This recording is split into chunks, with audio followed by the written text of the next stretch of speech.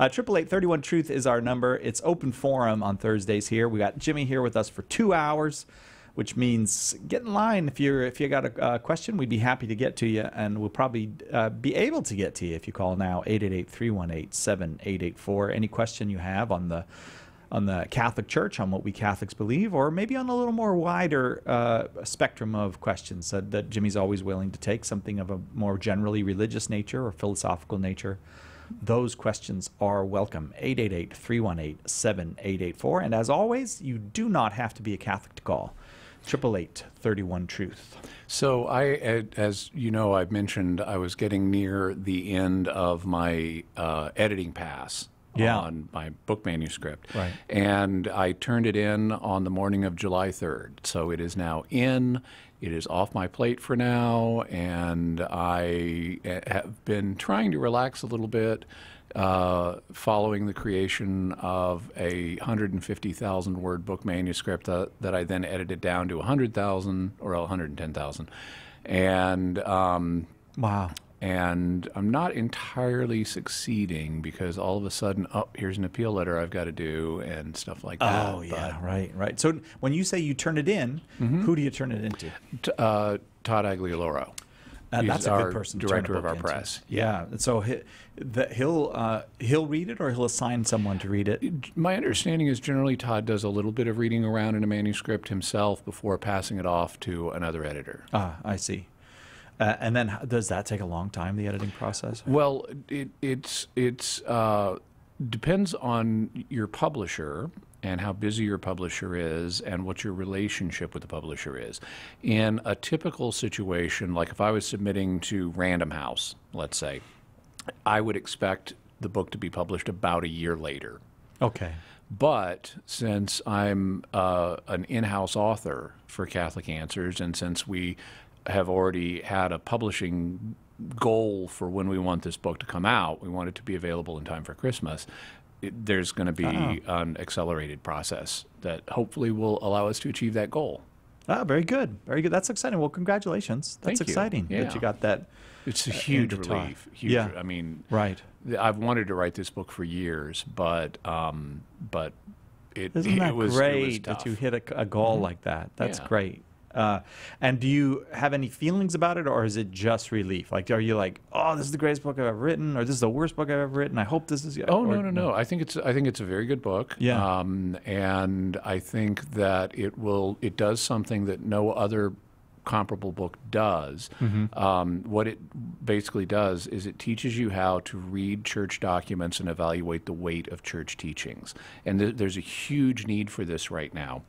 Because every time anybody who works at the Vatican says anything, it gets reported in the press as new Catholic dogma, scandalous thing announced. And similarly, there are lots of problems with, like, okay, so what teachings from the past are binding? People from a progressive bent want to minimize the number of teachings that are binding. People coming from a traditionalist point of view want to maximize the number of teachings from older documents that are binding. Where does the truth lie? And so it gets into that. It gets into recent controversies about all kinds of hot-button issues and what the church actually says. As I did research on them, there were a few surprises for me. It's like, wow, I didn't know that the day that famous papal document came out, they had a press conference that said this. Oh, yeah. So, it's easy because there's so much. I mean, the Catholic faith is intellectually very complicated. I mean, the core message is very God's simple. revelation is very complicated. Yeah, it's very deep because God's mystery is infinite, and our brains aren't designed to encompass it all. And so sometimes we can have the impression the church teaches this or that, and then when we look very closely, it becomes less clear exactly what the teaching is. Exactly. Yeah. Yeah. And there are a lot of, and I talk about this too, there are a lot of ideas that are in common circulation that turn out not to be church teaching, they're just theological opinions. Yeah, right. Like, for example, you know the 9 choirs of angels? Yeah. Theological opinion, not church teaching. Really? Yeah, really. So there's still hope that there's a 10th choir of angels. There could be. There could be a billion for all we know. A billion choirs of angels. Wow. All right. Well, now you've opened up a whole new world to me, Jimmy. Yeah, that's fascinating. But then I suppose there are also those things in our life where we think maybe it's because we don't want to accept the church teaching. There's some ambiguity about things about which there is no ambiguity. Yeah, and I talk about that too. Yeah, yeah. Lots and lots of people on the lines. Shall we? Yeah, let's. All right. Raul from YouTube is on the line. Raul, your question for Jimmy. Raul? Hello? Hi, you're on Hello? with Jimmy. Your question. So I was watching some old episodes, and I heard you talking about the relationship of like a person to the Catholic Church, depending on what like non-Catholic church they had been a part of, or whether they were like part of an apostolic church or received sacraments or what have you. And I was curious, because I think there was a caller from some time ago. What would it be if for example, me, who was baptized in the Catholic Church, and then I didn't receive the other sacraments of initiation, but I've been received into the Orthodox Church and have had all the sacraments there, and like whether that's still like the same as like not exactly the same, but like when obviously a Protestant doesn't have sacraments, but like I forget how you said it. Okay, well, I'm not sure. I don't have a memory of specifically the conversation that you're referring to. What I can tell you is if you were baptized Catholic and then you were received into the Orthodox Church and received the other sacraments of initiation there, so that would be confirmation or chrismation and also the Eucharist, well, then you validly received those sacraments. Unfortunately, so in terms of sacraments, you've received those validly because the Orthodox Church has valid sacraments. Unfortunately, by leaving the Catholic Church and joining the Orthodox Church, you would have entered a state of schism. And that's a problem because God wills us to be part of the church that his son founded, and that has as its head the successor of Peter, who is the Bishop of Rome, and to knowingly and deliberately separate from communion with that church can imperil your salvation. Now, I'm not saying you did that knowingly or deliberately, but it is a state of separation that's contrary to the will of Christ, and you need to look at that. Mm-hmm. Okay, Raul? And here at Catholic Answers, we have lots of resources. If there are particular issues that you need to get cleared up, or you want to see, evidence for why is the Pope the successor of Peter, we have oodles of that. So, by all means, please let us know how we can help.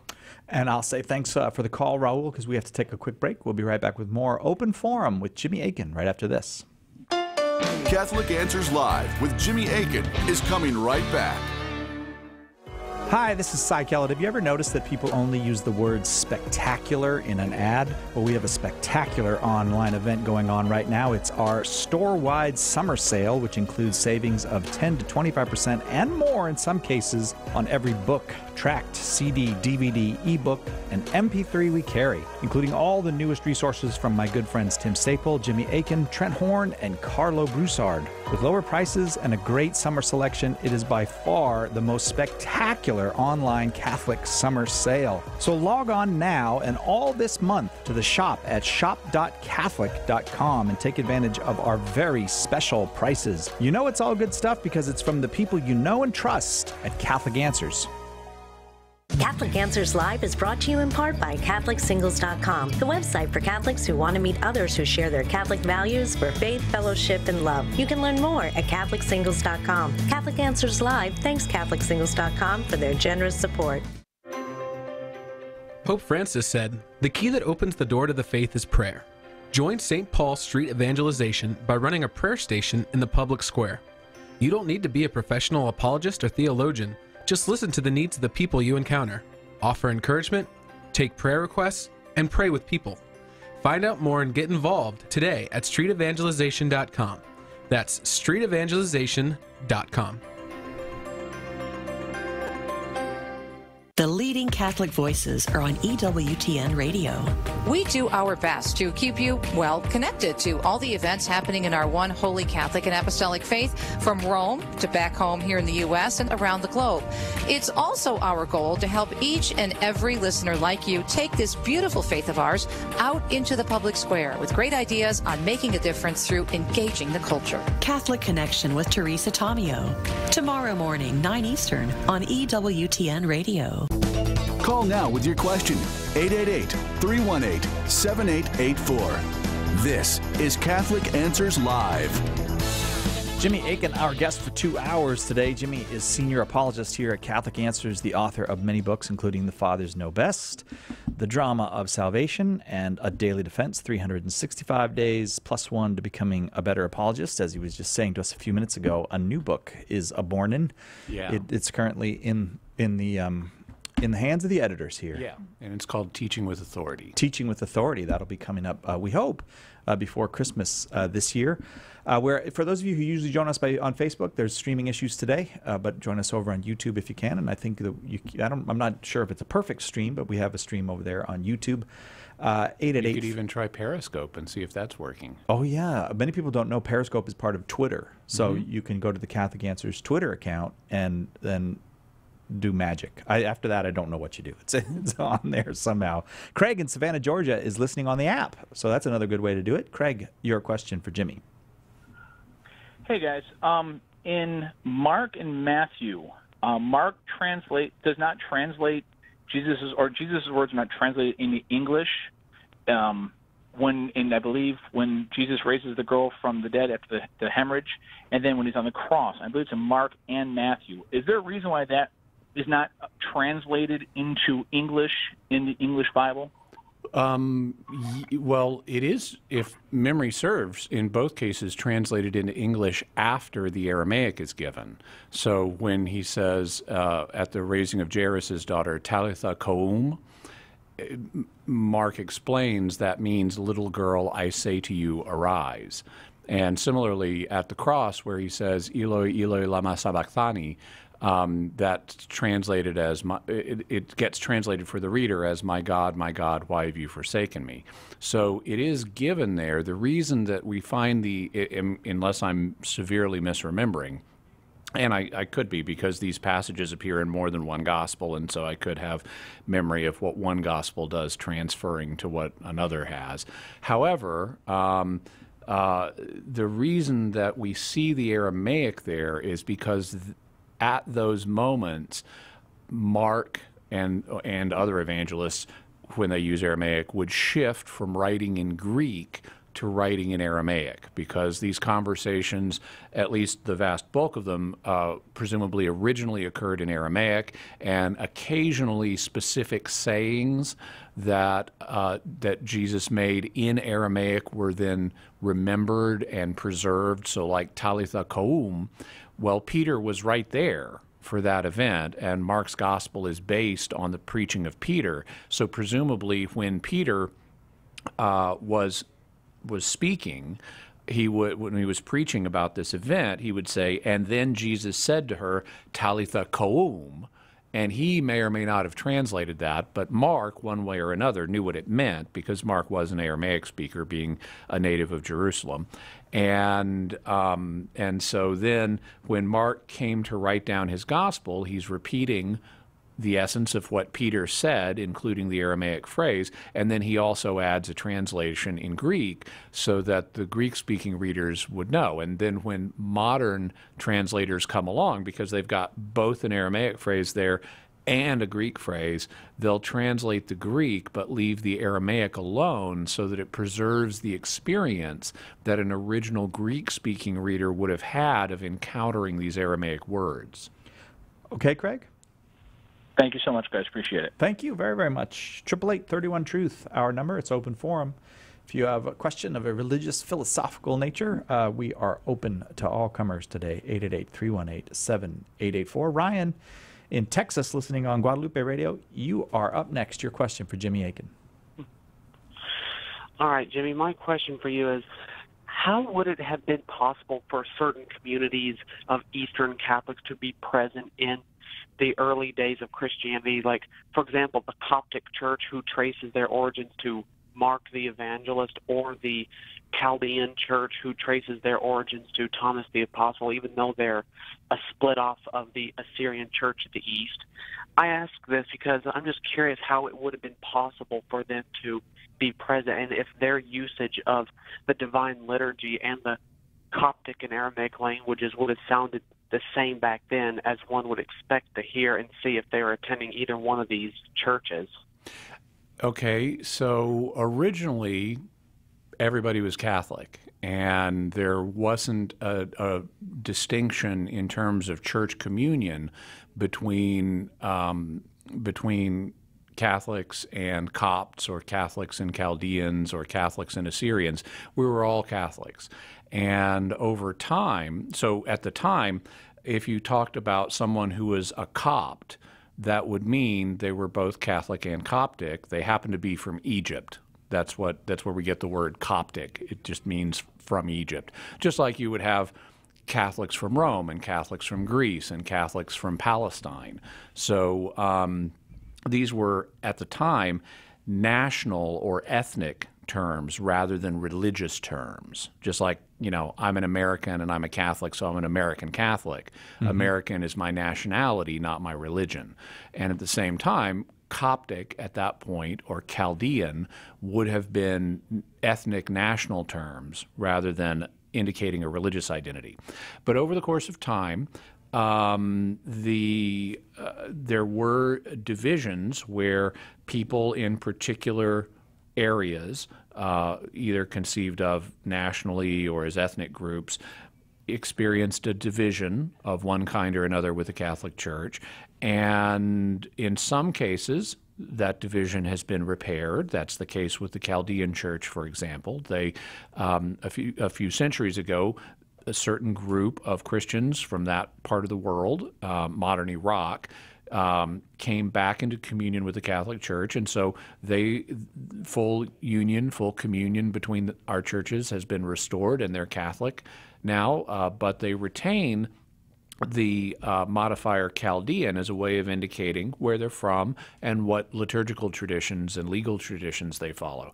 In terms of would their liturgies have sounded the same, well, broadly speaking, yes. It wouldn't be word for word identical. Language changes over time, and it changes in a couple of ways. One of the ways is words change their meaning and texts get revised.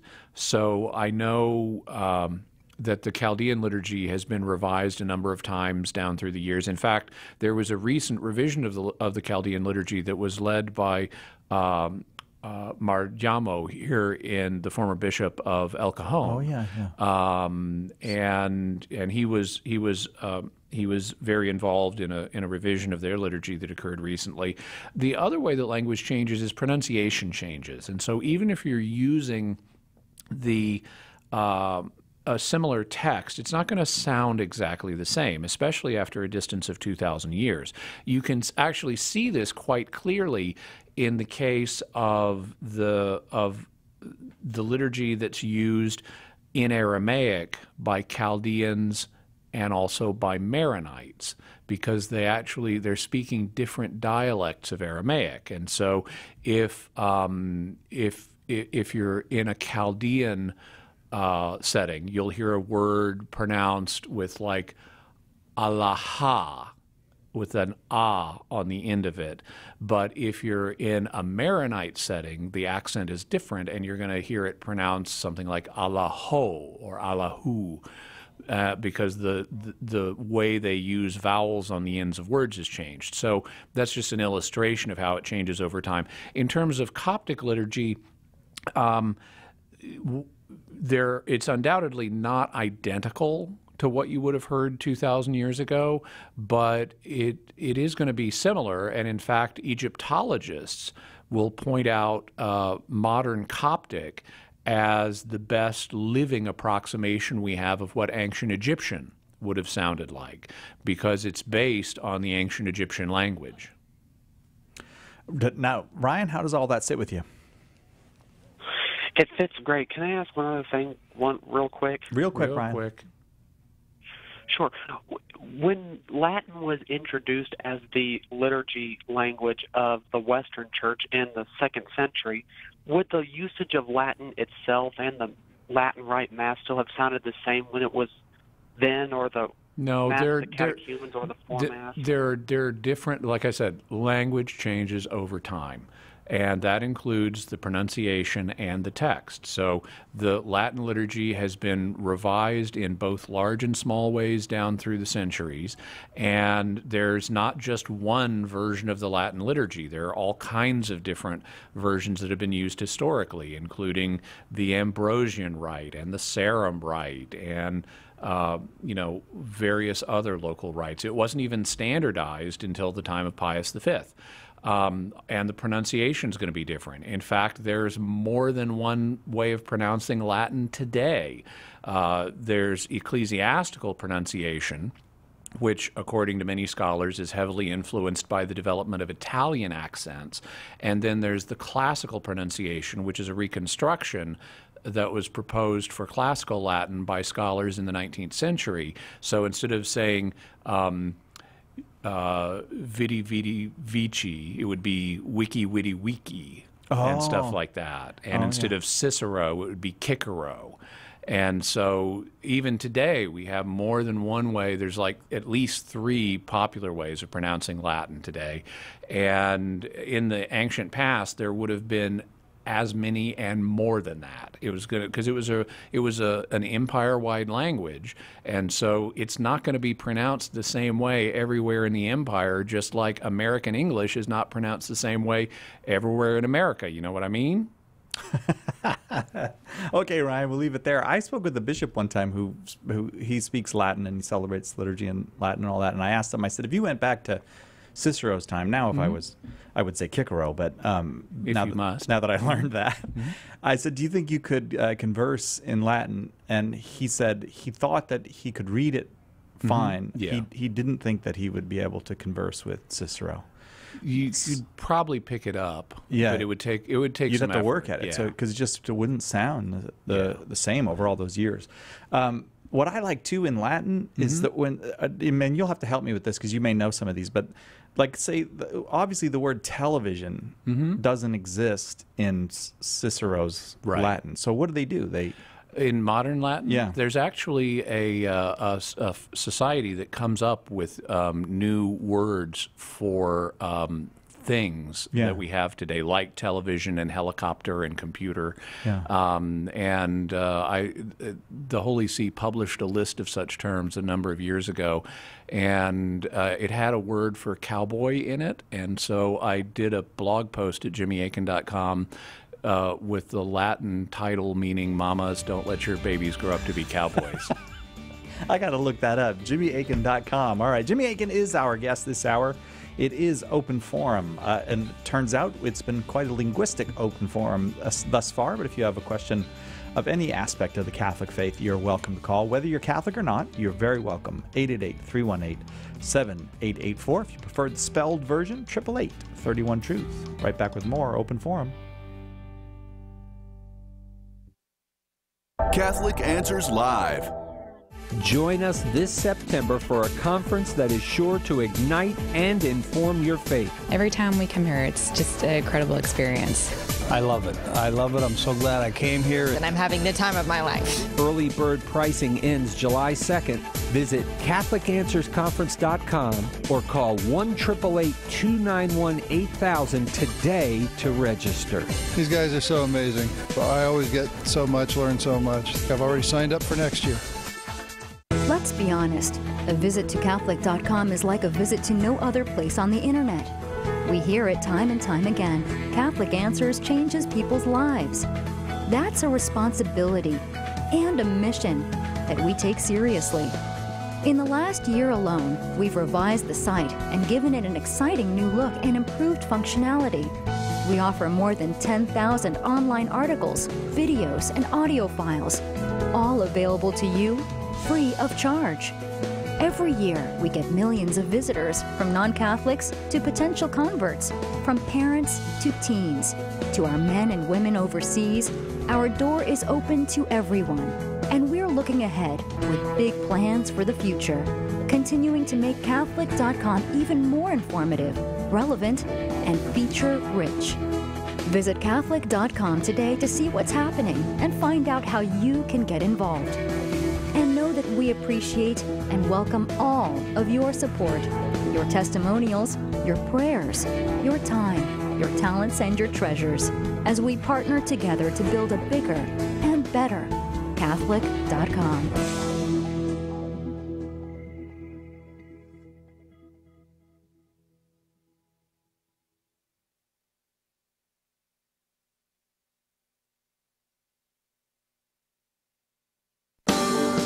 I'm Tom Price. And I'm Gloria Purvis. Tomorrow, Father Jordan Schmidt. And Father Thomas Morrow talks about his new book, Amazing Saints. Join us for Morning Glory, 7 a.m. Eastern on EWTN Radio. Now back to Catholic Answers Live.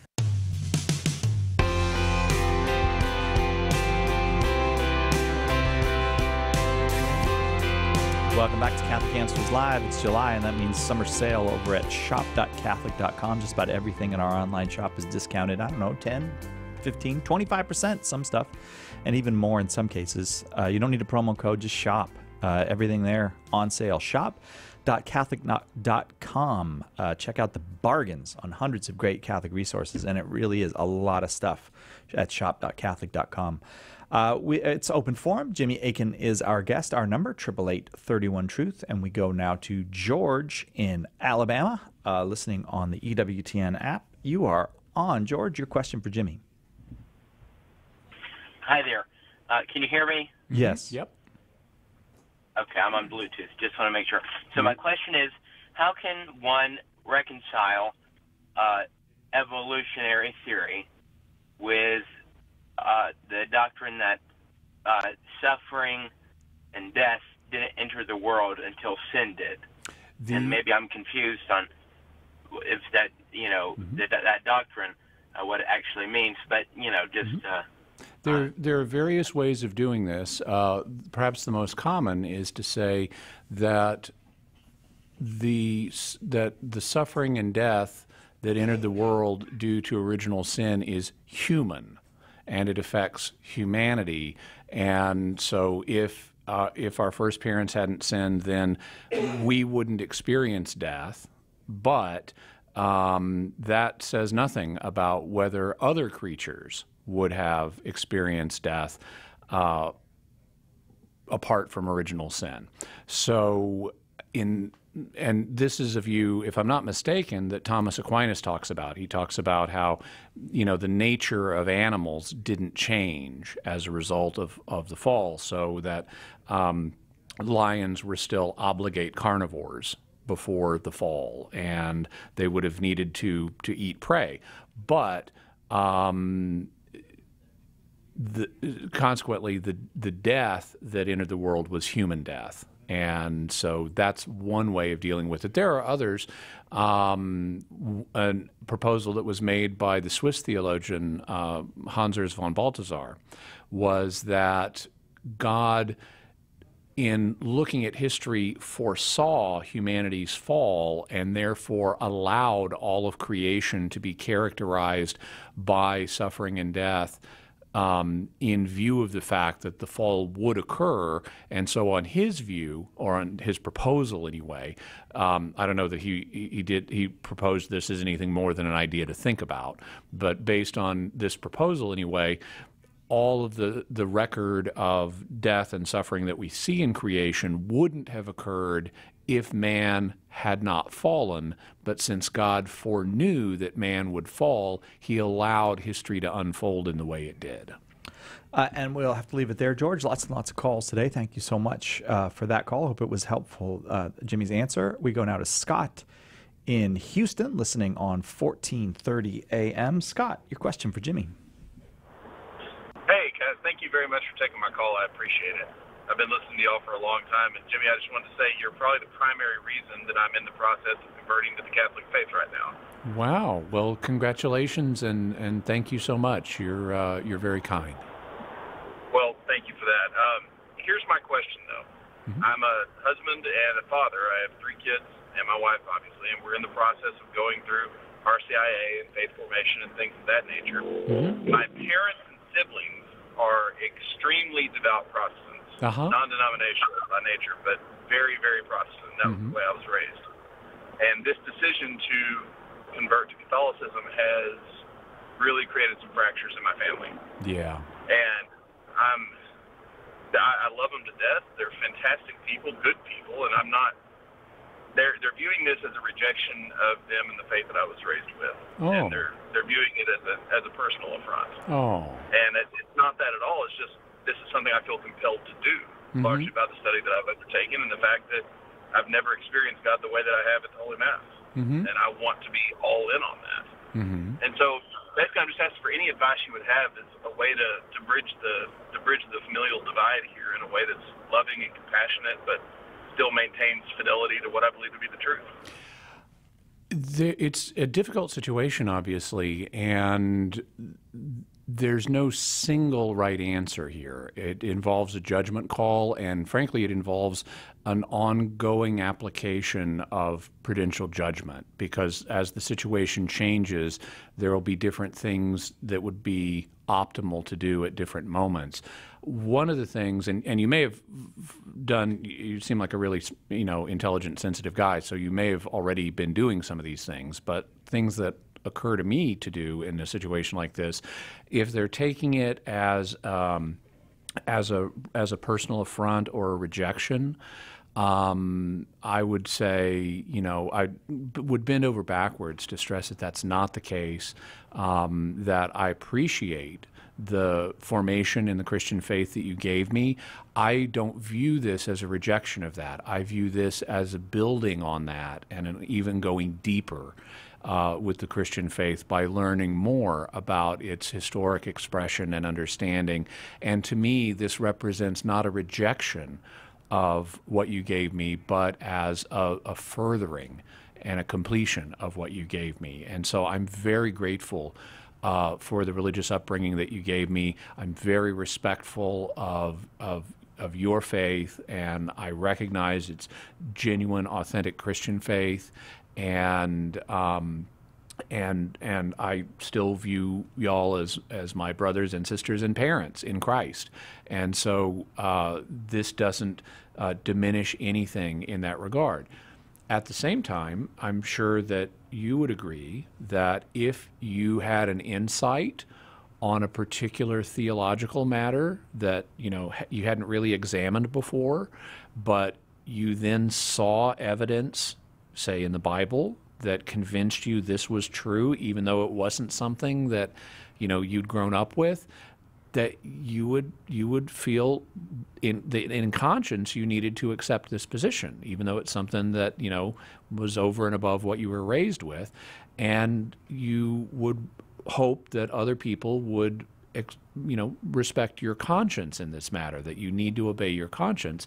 And I would want to do that for you, and that's all I'm asking that you do in this situation, because I believe I've found evidence that shows this to be the case, and I need to follow my conscience. And I still love you, still pray for you. I ask you to pray for me, and regardless of our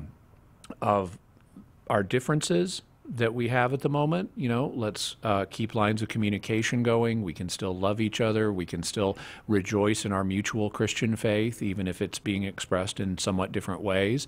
And one day, all of us are going, if we make it to heaven, we're all going to have way more mysteries revealed to us than are separating us right now. And God will ensure that we all end up understanding His mystery the way we should in the fullness of time. Thank you very much. I appreciate that, sir. No problem. Thank you. Thank you, Scott, very much. 888-31-TRUTH is our number here. If you've got a question for Jimmy about the Catholic faith, any aspect of the Catholic faith, what we believe, why we believe those things, that is very welcome, whether you're Catholic or not. 888-318-7884. Tyler in San Bernardino, right here in California, watching on YouTube. Thanks for watching on YouTube, Tyler. Your question for Jimmy. Hey, Jimmy. I was just wondering if you knew if the Catholic Church has a view on the Book of Enoch and the Sefer Bible. Okay, so I'm not sure what you're referring to as the Sefer Bible. Is that a particular Bible translation? So it is a particular translation. Another word they use for it is the Aleph Tav, and it's a collection of 81 books, including the Book of Enoch. Okay.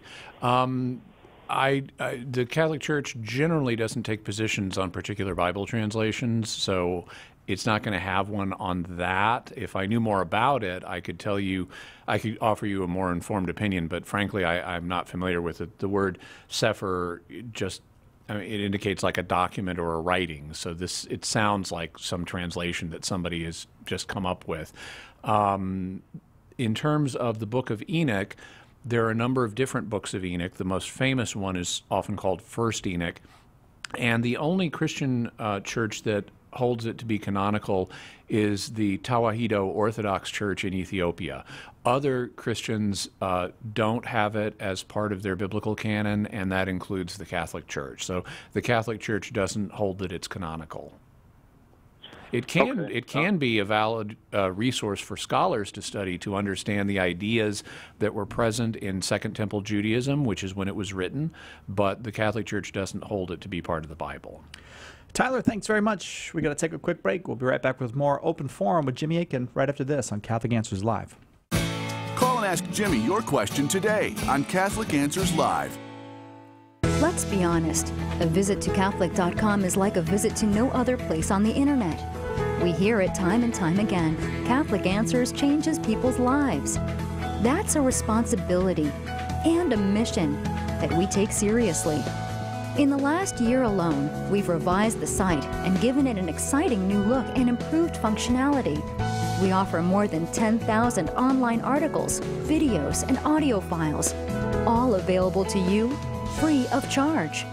Every year, we get millions of visitors, from non-Catholics to potential converts, from parents to teens, to our men and women overseas.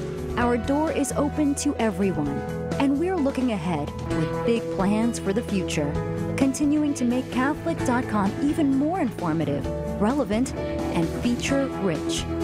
Visit Catholic.com today to see what's happening and find out how you can get involved. And know that we appreciate and welcome all of your support, your testimonials, your prayers, your time, your talents, and your treasures as we partner together to build a bigger and better Catholic.com.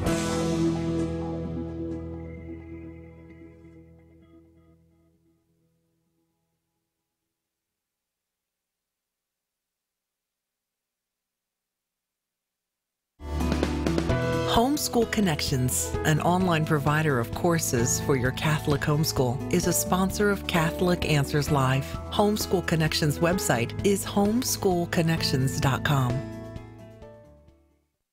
The wisdom of Mother Angelica. Isn't it awesome that we today do not recognize His presence in the Eucharist? Is it because we really don't go to Him in humbleness of heart and say, Lord, I don't believe, help my unbelief. Lord, I want to see you. I want to recognize you. I cannot live without you. Are we saying that? EWTN. Live truth. Live Catholic. Call now with your question. 888-318-7884. This is Catholic Answers Live. Open Forum with Jimmy Akin today on Catholic Answers Live, both hours. So if you're on the line and you're thinking, I don't know if they'll get to me by the top of the hour, don't worry. We'll be here again, Jimmy and I, for the second hour. And we will do our very best to get to all the calls. And if you're not a Catholic, let me stress again, you're very welcome to call. Everyone's welcome on Open Forum Day. Got a question about the Catholic faith? 888-318-7884.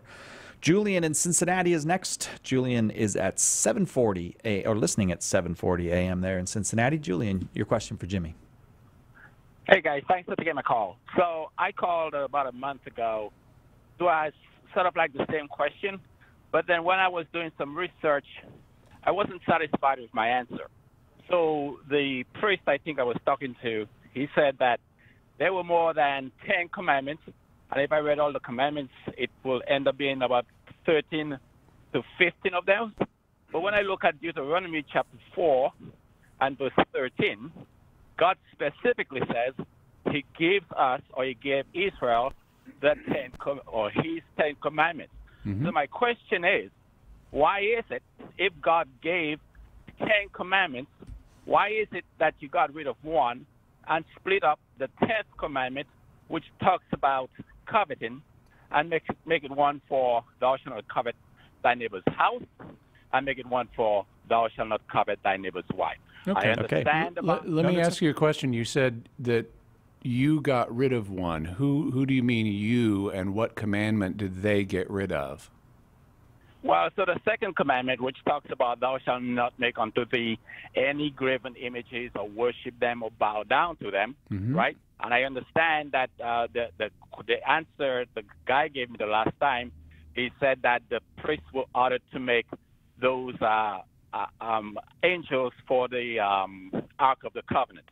All right. Okay. So who got rid of this commandment?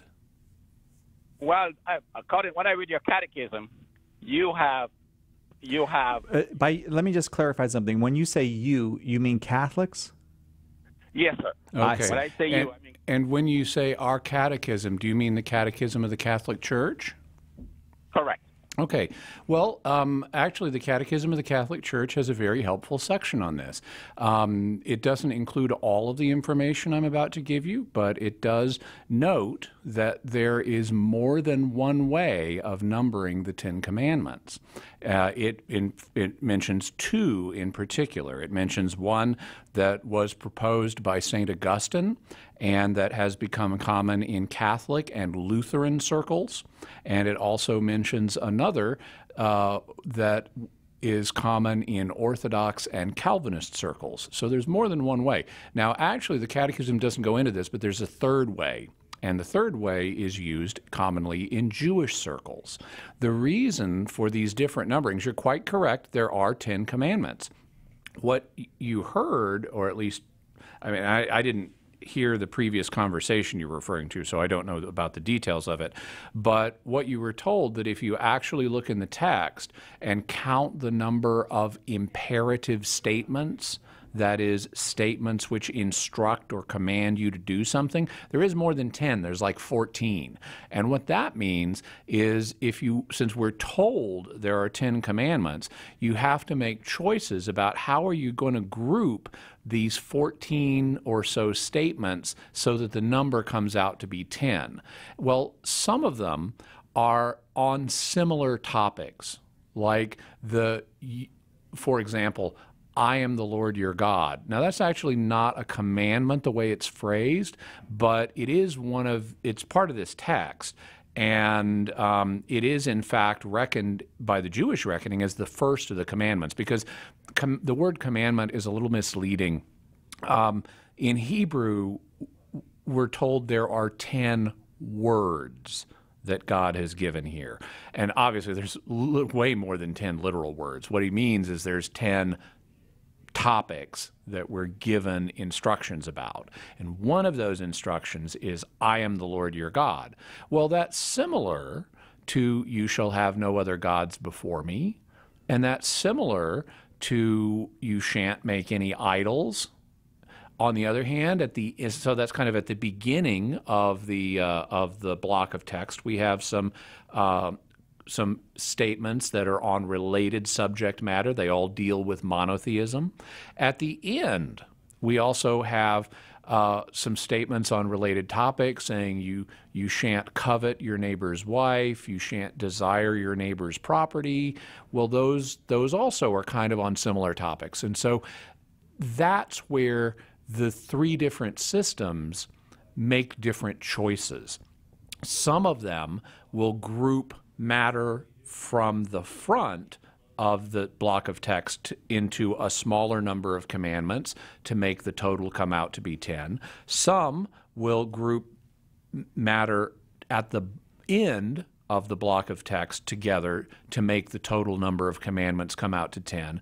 But these are interpretive choices that have to be made by by us today, because the text, unfortunately, doesn't number the Ten Commandments for us. If it did, these systems would never have come up. It tells us the total number of the commandments, but it doesn't say, oh, and here's where commandment number 1 begins and here's where it ends. If it did that, there wouldn't be any dispute on any of this. So the Catechism's attitude is simply that it says this catechism is going to use the one that's become traditional in Catholic circles. Doesn't say it's the only one that's possible.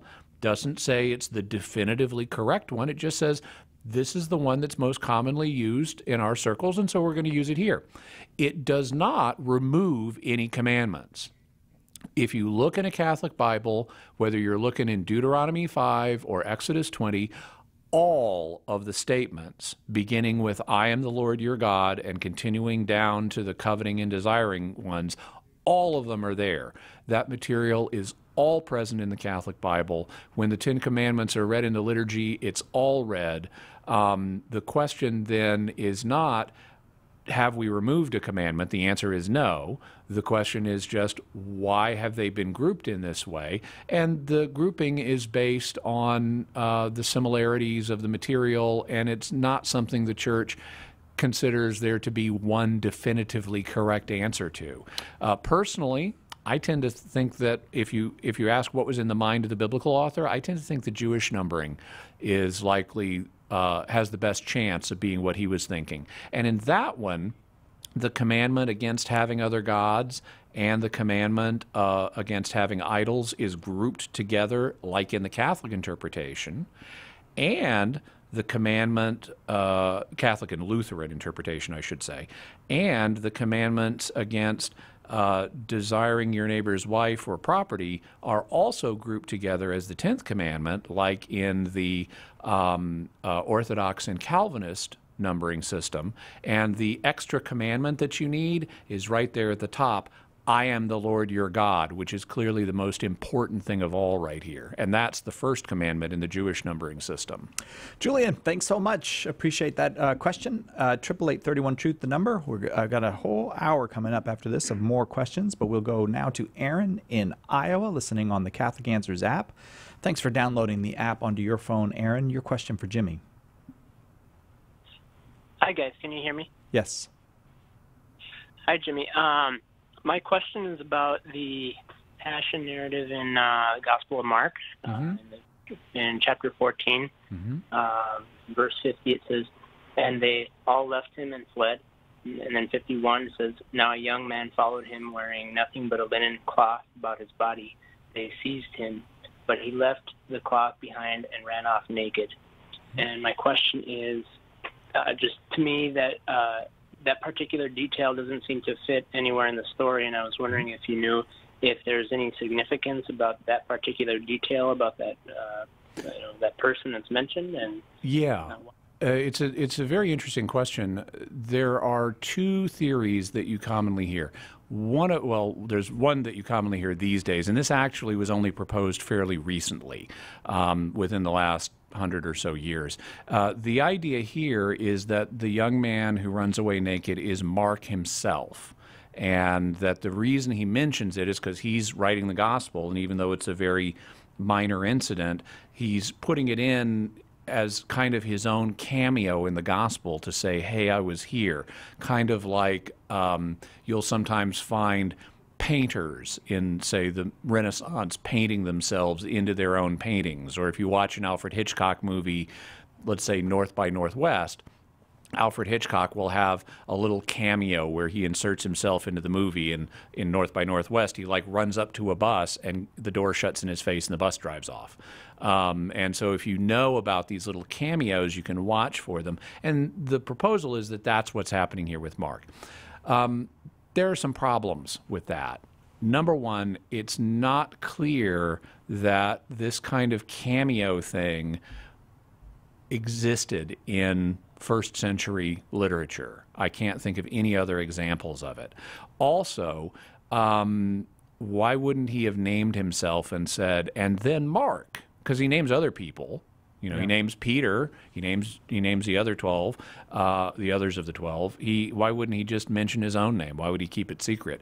And then, when we meet Mark for reals in Acts chapter 12, he's also described as a young man. But Acts chapter 12 occurs 10 years later, and he wouldn't be a young man if he had been a young man in AD 33. He wouldn't still be a young man in AD 42 or 43. He would be a normal adult man at that point.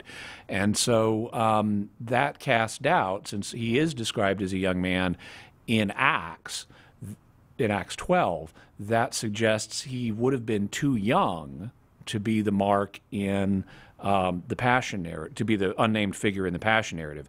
Also, we have church fathers who expressly say Mark never met Jesus. And so that would preclude this also. Mark wasn't a witness of the ministry of Christ.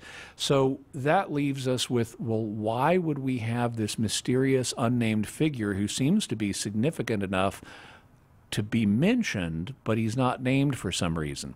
And here there's a very interesting proposal by a couple of scholars named Samuel Burskog and Richard Bauckham. They have observed that there are certain characters in the Synoptic Gospels whose names are omitted, like the person who cuts off the high priest's servant's ear, or the woman who anoints Jesus with oil.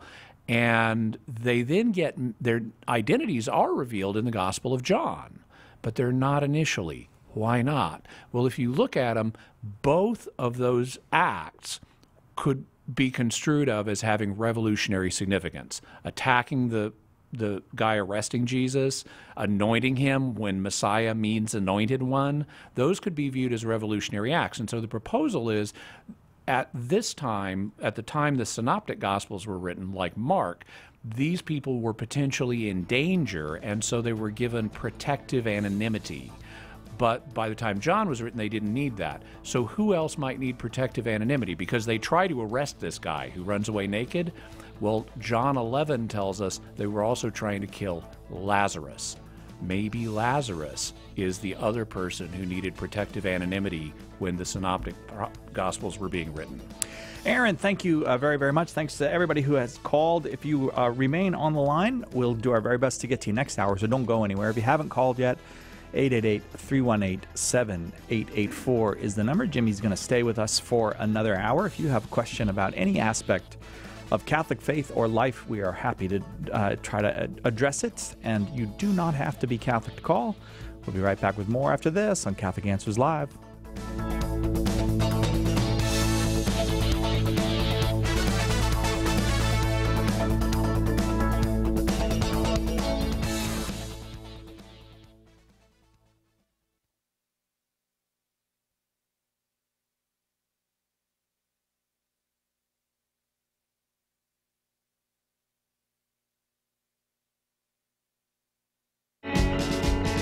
This is Archbishop Salvatore Cordileone of San Francisco. Thank you for listening to Catholic Answers Live. We live in an age of indifference. Does truth exist? Maybe. Is there a God? Who knows? Does it matter what religion you believe in? Probably not. If you think so, fine. I'm spiritual, but not religious. Apologist Matt Nelson says this indifference is the great spiritual sickness of our age, a product of the relativism that dominates our culture. And rather than remain indifferent, he did something about it. In his new book, Just Whatever, Matt looks at the different kinds of indifference you likely encounter in your friends and family members, and maybe in yourself, and offers an antidote to the problem that plagues our age. Order your copy of Just Whatever today by calling 1-888-291-8000, logging on to the shop at Catholic.com, or asking for it at a good Catholic bookstore near you. Hey everyone, this is Carlo Broussard, and I'm here to tell you about a very special promotion we look forward to every year, our annual store-wide summer sale in the online shop at Catholic.com. This spectacular online event includes savings of 10 to 25% and more in some cases on every book, tract, CD, DVD, ebook, and MP3 we carry, including my new book, Prepare the Way. With lower prices and a great selection, it's by far the best online Catholic sale of the summer. So log on now and all this month to the shop at shop.catholic.com and take advantage of our very special prices. You know it's all good stuff because it's from the people you know and trust at Catholic Answers. Let's be honest, a visit to Catholic.com is like a visit to no other place on the internet. We hear it time and time again. Catholic Answers changes people's lives. That's a responsibility and a mission that we take seriously. In the last year alone, we've revised the site and given it an exciting new look and improved functionality. We offer more than 10,000 online articles, videos, and audio files, all available to you free of charge. Every year, we get millions of visitors, from non-Catholics to potential converts, from parents to teens, to our men and women overseas. Our door is open to everyone, and we're looking ahead with big plans for the future, continuing to make Catholic.com even more informative, relevant, and feature-rich. Visit Catholic.com today to see what's happening and find out how you can get involved. And know that we appreciate and welcome all of your support, your testimonials, your prayers, your time, your talents, and your treasures as we partner together to build a bigger and better Catholic.com.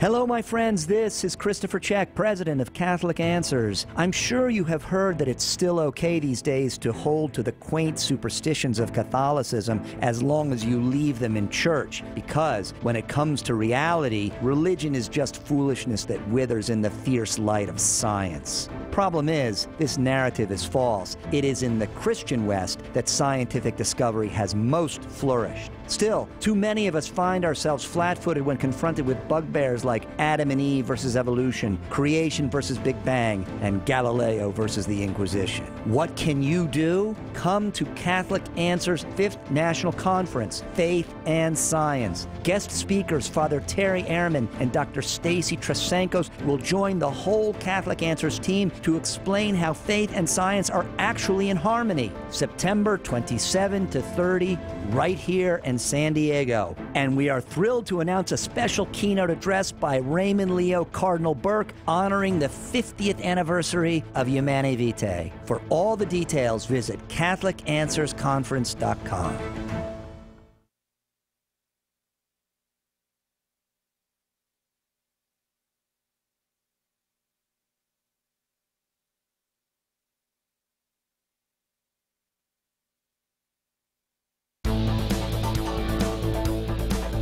Welcome to Catholic Answers Live, the program where you participate with your questions about apologetics and evangelization, including the most important theological, spiritual, moral, and social issues facing the world today.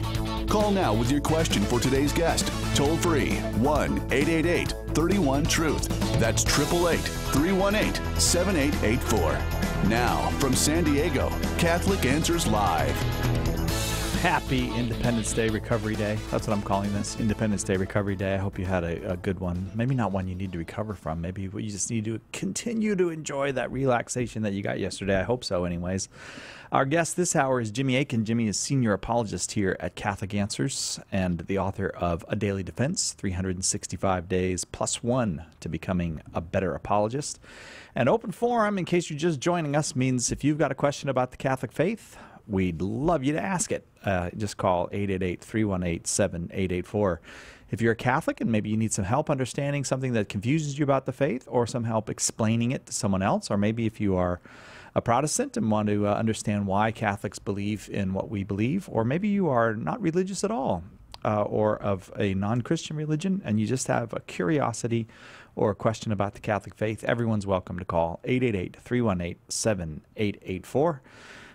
Jimmy, the lines are full. Shall we start emptying them? Yeah. All right. Well, I think they're just going to fill up again. Yeah, it's like a fine. leak we've got in these lines or something. Connor in Brooklyn, listening on the Catholic Answers app. Thanks for downloading the app on your phone. Connor, your question for Jimmy. Hey, guys. Hey, you're on the air. What's your question?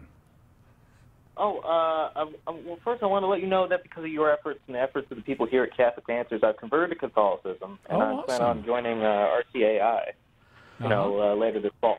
Hey, that's great. And, Have you found a parish to do that in? Yeah, I'm looking around parishes near me. I'm not currently in Brooklyn, so okay.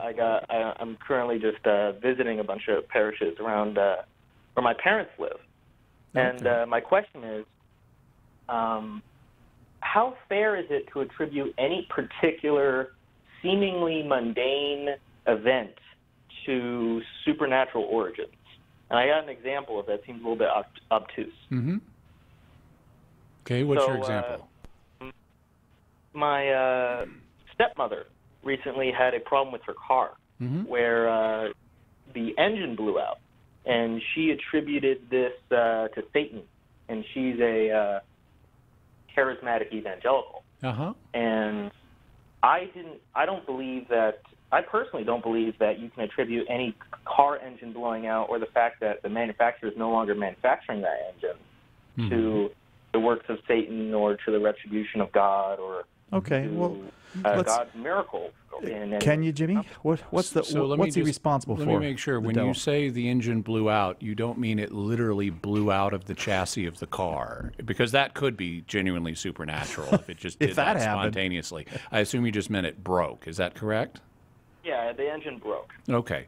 Well, it's certainly true that there is a supernatural reality that lies behind the natural world that we see. And in some circles, it's very common to attribute everything that happens in our lives to supernatural agency. So, I've known people who would say, "Oh, God is teaching me this lesson right now." Or God wants me to do this or that, or the devil is attacking me right now, and things like that. And that mode of thinking, which I sometimes call it theologization, where you theologize all of the events of your life. That mode of thinking is found in the Old Testament, and there's an element of truth here. There is a supernatural reality that lies behind nature and that can intervene in the natural order. However, as we move along in Scripture, there is a progressively greater awareness of the fact that you can't simply attribute everything that happens to God or the devil in a simplistic way. And in later times, the term that would be coined to refer to how many things in nature operate is secondary causation. God is the primary cause of everything. He's the creator, he's the one who's ultimately responsible for the existence of the world and the way it operates. Having said that, he has created entities, some of them with free will, like us or angels, others without free will, like, say, the forces of gravity and electromagnetism and things like that, that then serve as causes in their own right of things that happen in the world. So that's why they're called secondary causes, because they do their work after God's primary work of creation and setting up the world. So over the course of time, there's been a greater appreciation, and you start to see this emerging already in the later portions of the Old Testament. You start getting a more complex analysis of just who's responsible for things. A famous example is the census that David took. In one of the historical books, it says God moved David to do that. In another historical book, it says Satan moved David to do that. And that reflects the duality of God is the primary cause, who's behind everything, but so saying he caused David to do this is a way of acknowledging his ultimate providence over everything. But really what happened is God only allowed it. And Satan was the secondary cause who did it. But then as we go further into the New Testament times, we find an even more sophisticated look at how causation works. And so personally, I am not overly comfortable with theologizing every event that occurs to us. Every event is part of God's plan, and it's something that he uses, but that doesn't mean he or the devil or anybody else, an invisible gnome named Bob or Hrothgar, is responsible for every single little thing that happens to us. The world is a big place. It's got lots of causes in it. And if you try to learn some kind of theological lesson out of every single little thing that happens to you, you're going to end up generating anxieties about things that you don't need to be anxious about, because ultimately you're in God's hands and you don't need to know specifically, well, was that nature or was that a demon or was that an alien doing something to me? You're in God's hands and he loves you and he's going to take care of you. So you don't need to have those anxieties. Also, you're going to spend way more time trying to extract information than is there, because the events of our lives aren't all communicating individual little lessons to us. And if you, like, it'd be like trying to analyze your dreams, only doing that every minute of the day and night. You're going to be trying to get information out of things that don't contain that information, and you're going to end up misreading the situation as well as wasting a ton of time and energy. So I would say focus on the main things, which is you want to seek God and follow his will. You want to trust in him and not worry about things you don't need to worry about. There's even a line in the Old Testament that talks about how I have not looked into things that are too high for me. Oh, right. You know, it's like, well, if there is a plan covering every little single detail that has significance, it's too high for us. Our brains aren't built to work that way. So I would say relax, enjoy life, follow God, and if something really amazing happens, like an engine literally blowing out of the chassis of a car without someone lifting it or something, well, maybe think about, is there a message here? But unless something really out of the ordinary happens, don't worry about it. Thanks, Connor, very much. Is it fair to say, Jimmy, I was thinking about this when you were talking, that God... Wait, you weren't hanging on my every word? No, I was hanging on your every word. And it was that hanging that brought me to a question, that God actually wills the universe to involve a great deal of just chance. It's certainly a defensible opinion. Okay. What we know it's his will to involve is free will. Okay. However, free will is not the same thing as chance. Mm-hmm. Whether God involves chance in the universe is actually a question that's disputed in physics. There's a famous quotation from after quantum mechanics started to suggest that certain events are just unpredictable and appear to be random on the subatomic level. Einstein famously quipped that God does not play dice with the universe, to which I'm trying to think, was it Enrico Fermi replied, "Hey, Einstein, don't tell God what to do." Fermi was always a better thinker than well, not always. Not always. Okay, so all right, so fair enough. It's possible that some things are just simply chance, but I don't have to. If God has chosen to incorporate randomness into the universe, but it's from our perspective, we can't make an assessment of this. Certainly looks random, but since we don't have unmediated access to the fundamental level of reality, we can't say. There may be some mechanism driving it that God created and we just can't access.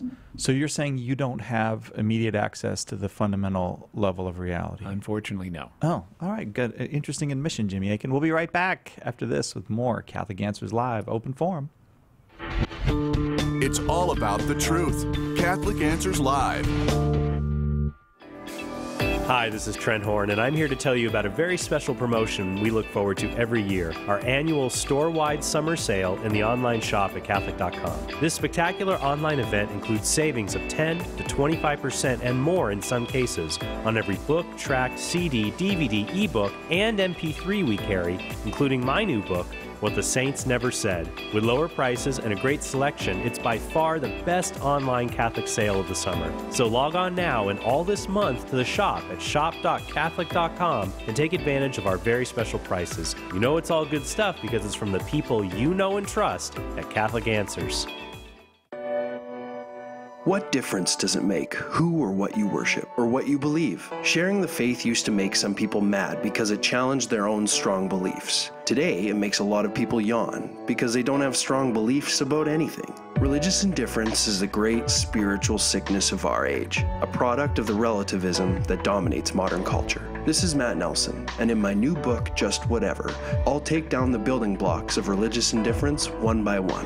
We'll look at the different kinds of indifference you tend to encounter in your friends and family members to see where they come from and why they're seductive. What you believe matters. Find out why and what to do about it in my new book, Just Whatever. You can order your copy of Just Whatever by calling 1-888-291-8000, by visiting the shop at Catholic.com, or asking for it at a good Catholic bookstore near you.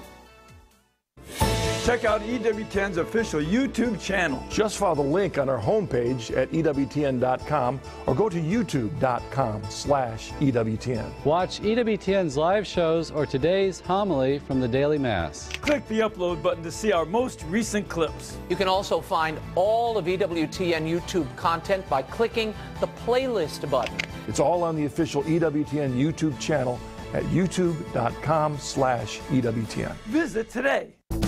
Call now with your question. 888-318-7884. This is Catholic Answers Live. Welcome back to Catholic Answers Live. Thanks so much for being with us on this 5th of July. Jimmy Akin is our guest. And our topic is, well, whatever question you have on your mind about the Catholic faith, because it's open forum today, 888-31-TRUTH, the number. Destiny in Texas, listening on Guadalupe Radio. You are up next with Jimmy Akin. Destiny, your question, please. Hi, thank you for taking my call. I just wanted to know, I'm a revert Catholic, by the way, and so I appreciate all of the information that you guys put out there because it helped me come back to the Catholic faith. Praise God for that. My question, amen. My question is, for example, I struggle to find my role in the evangelization part of our faith as someone who's in the vocation of marriage and family. We're involved. My family's currently involved in a ministry, and sometimes it seems very overwhelming for us. We really jumped in because we were so excited whenever we converted back to the Catholic faith. And with kids that are teenagers and the busyness of life in general, I struggle. I also have physical limitations due to an illness that I have, and I find it a little bit overwhelming at times. And but I also want to be involved, but I don't know how it all fits in so that I can put my primary vocation first as a mother and as a wife and taking care of my home, and also being able to help without being at retreats all the time and every weekday doing this or that. So what's the role? Like, how can we be involved in evangelization but still pay attention to our primary vocation of marriage and family? Wonderful question. Thanks, Destiny.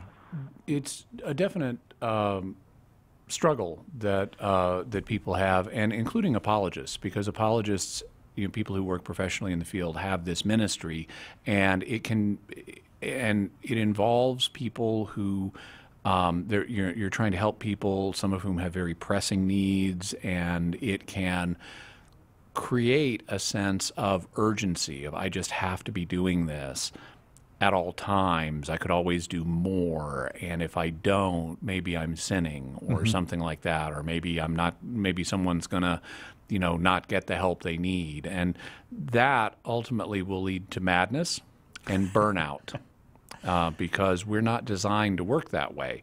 And it's a very helpful reminder that even Jesus himself, whose entire life was oriented toward serving the Father, he would go off and take time to be by himself and pray to the Father and not engage in active ministry, because there were always going to be more sick people he could go cure or more people he could announce the gospel to.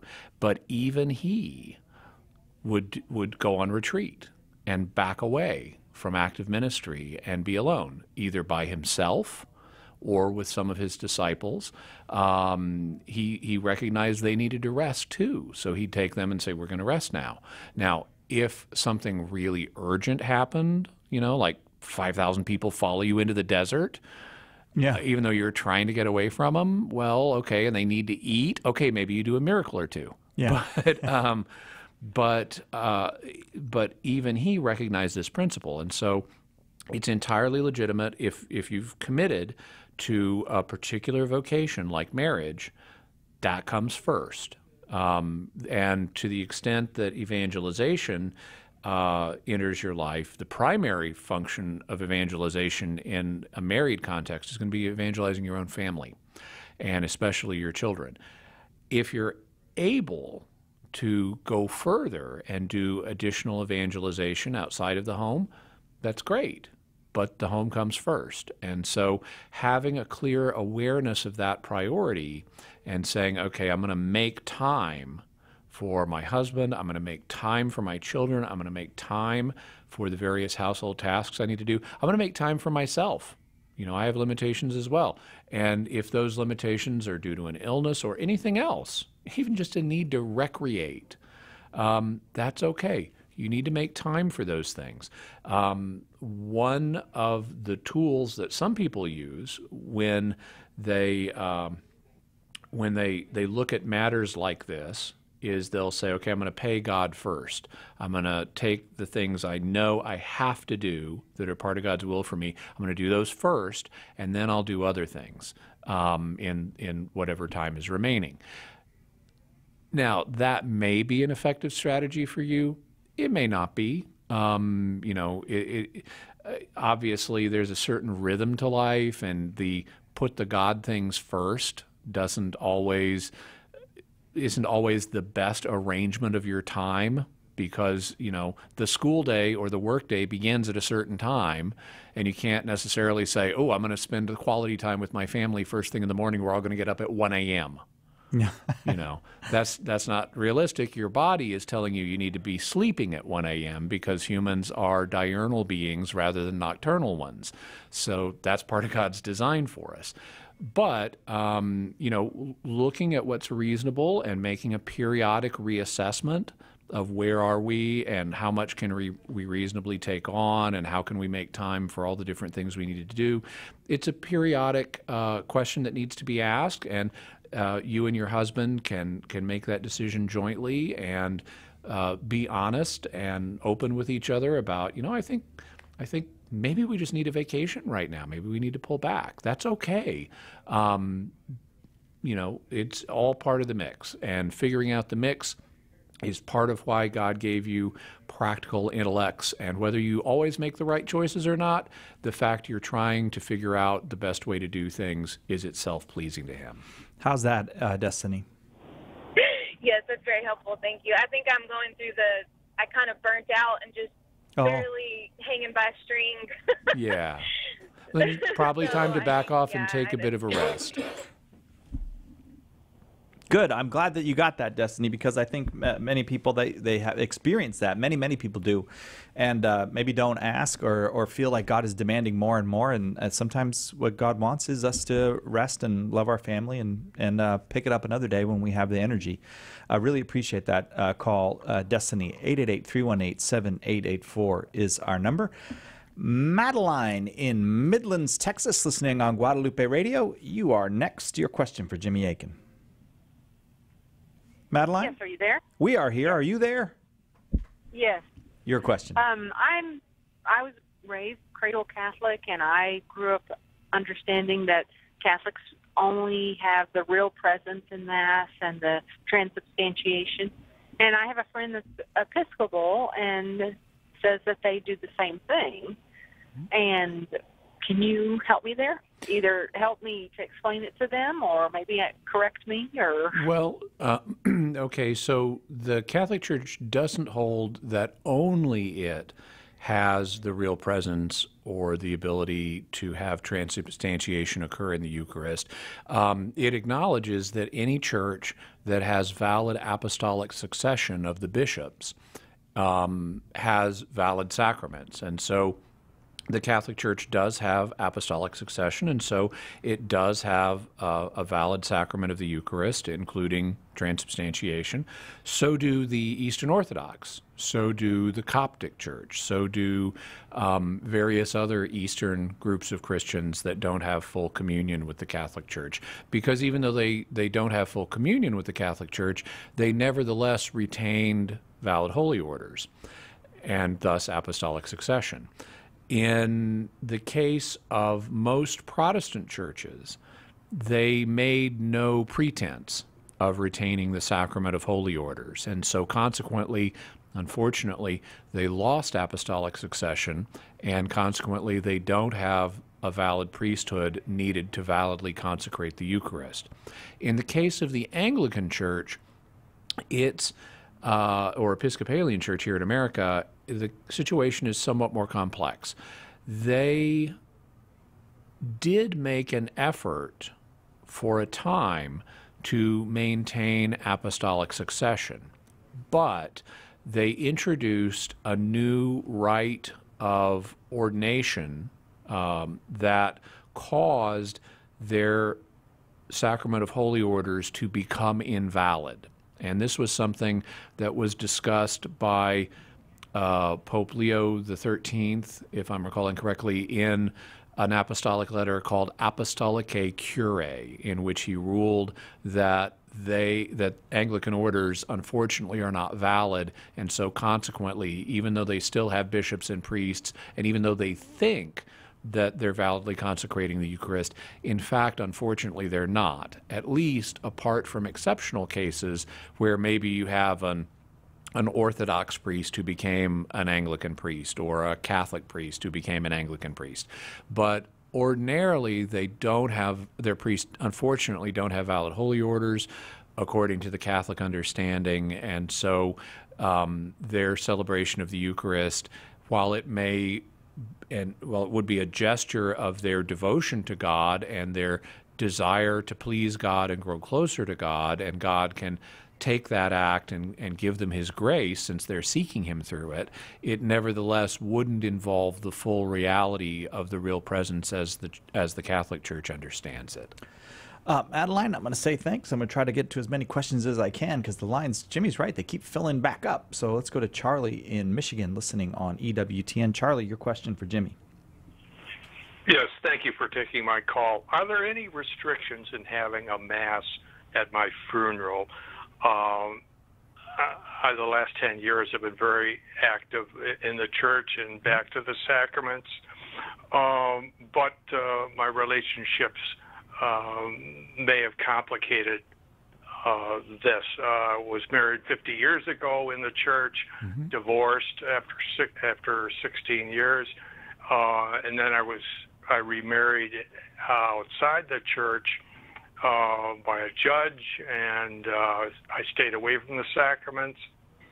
But I raised my kids in the faith. And then that marriage ended in a divorce. Right now, I'm my cohabitant. She's been married twice, and we just decided we're in our 70s and we're not going to get married. So, are there any restrictions in having a Mass at my funeral?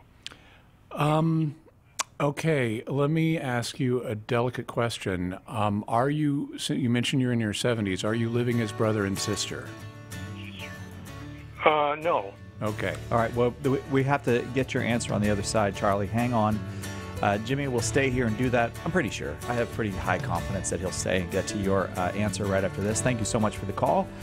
Thank you to everybody who's joining us on this day after Independence Day. We'll be right back with more Open Forum on Catholic Answers Live right after this.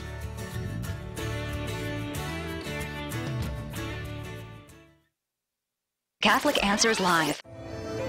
Sharing the gospel with family and friends can be challenging. It's especially hard when they won't even hear you out because of all the mental roadblocks they've built up. This is Carlo Broussard, and in my new book, Prepare the Way, my aim is to help you tackle that essential first step to apologetics and evangelization, getting people to listen with an open mind. Even our best witness can bounce right off folks like these if we don't prepare the way first, breaking down barriers and leaving minds and souls free to encounter the truth. I'll give you evidence and arguments and step-by-step strategies based on asking the right questions to help them overcome their obstacles and make a straight path for the Lord. Order your copy of Prepare the Way today by calling 1-888-291-8000, visiting the shop at Catholic.com, or asking for it at a good Catholic bookstore near you. God helps those who help themselves. Preach the gospel always. When necessary, use words. We all hear sayings like these, and we assume they come from the Bible, the saints, or famous Christian writers. Nobody can seem to place their origin, but by sheer repetition, they've acquired a halo of truth. In my new book, What the Saints Never Said, I look at over 40 of these well-known sayings and track them back to their original sources. You'll be surprised at what I found. Some are close to what was really said. Many were misattributed or twisted beyond their original meaning, and more than a few of these sayings were simply made up. I hope by setting the record straight, I can make you aware of the theological errors that can lead us away from the faith and offer you authentic quotes from Scripture, saints, and scholars that will draw you closer to our faith. Get your copy of What the Saints Never Said by calling 1-888-291-8000, by visiting the shop at Catholic.com, or by asking for it at a good Catholic bookstore near you. I'm Tom Price. And I'm Gloria Purvis. Tomorrow, Father Jordan Schmidt. And Father Thomas Morrow talks about his new book, Amazing Saints. Join us for Morning Glory, 7 a.m. Eastern on EWTN Radio. Now back to Catholic Answers Live.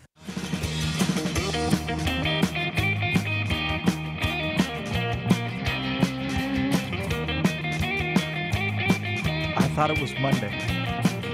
Totally forgot. Totally forgot the groovy music was coming.